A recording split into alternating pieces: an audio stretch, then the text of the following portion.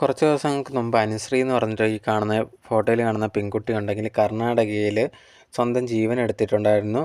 ആ ഒരു വാർത്ത ഭയങ്കര ചർച്ചാ വിഷയമായിരുന്നു. ഈ ഒരു പെൺകുട്ടി ഉണ്ടെങ്കിൽ കർണാടകയിൽ SBIയിൽ വർക്ക് ചെയ്യുന്ന ഒരു കുട്ടി കൂടിയാണ്, മലയാളി കൂടിയാണ്. അപ്പം എന്താണ് സംഭവിച്ചതെന്നൊന്നും അറിയത്തില്ല. അതും ഡിസംബറിൽ ഈ ഒരു കുട്ടിയുടെ കല്യാണം ഉറപ്പിച്ചു വെച്ചേക്കുമായിരുന്നു. അമൽ എന്ന് പറഞ്ഞിട്ടുള്ള വ്യക്തിയായിട്ടാണ് കല്യാണം ഉറപ്പിച്ചു വെച്ചിട്ടുണ്ടായിരുന്നത്. അതിനുശേഷം ഈ ഒരു കുട്ടി സ്വന്തം ജീവൻ എടുത്തു എന്ന് അറിഞ്ഞതിന് പിന്നാലെ ഉണ്ടെങ്കിൽ ഈ ഒരു അമൽ എന്ന് പറഞ്ഞിട്ട് കല്യാണം കഴിക്കാനിരുന്ന ആ ഒരു പയ്യനും എറണാകുളത്ത് SBIയിൽ തന്നെയാണ് ജോലി ചെയ്യുന്നത്. ആ ഒരു വ്യക്തിയും സ്വന്തം ജീവൻ എടുത്തു എന്നുള്ളതാണ് അറിയാൻ സാധിച്ചിട്ടുണ്ടായിരുന്നത്.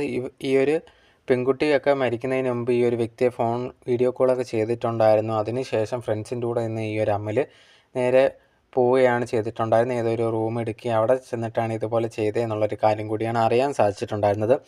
ഇതിന് പിന്നാലെ കുറേയധികം ആൾക്കാർ ഓരോന്ന് പറഞ്ഞു വന്നിട്ടുണ്ടായിരുന്നു. ഇവർക്ക് ഇന്നത്തെ ജനറേഷന് മനക്കിട്ടിയില്ല, അങ്ങനെ എങ്ങനെയാണെന്നുള്ള രീതിയിൽ ഈ ഒരു രണ്ട് വ്യക്തികൾക്കെതിരെയൊക്കെ കുറേയധികം പേര് വീഡിയോസും കാര്യങ്ങളൊക്കെ ചെയ്തിട്ടുണ്ടായിരുന്നു. എനിക്ക് അവരുടെ അടുത്ത് പറയാനുള്ളത്, നിങ്ങൾ കാരണം അറിയാതെ എന്തിനാണ് ആവശ്യമില്ലാതെ ഓരോന്ന് പറയുന്നത്.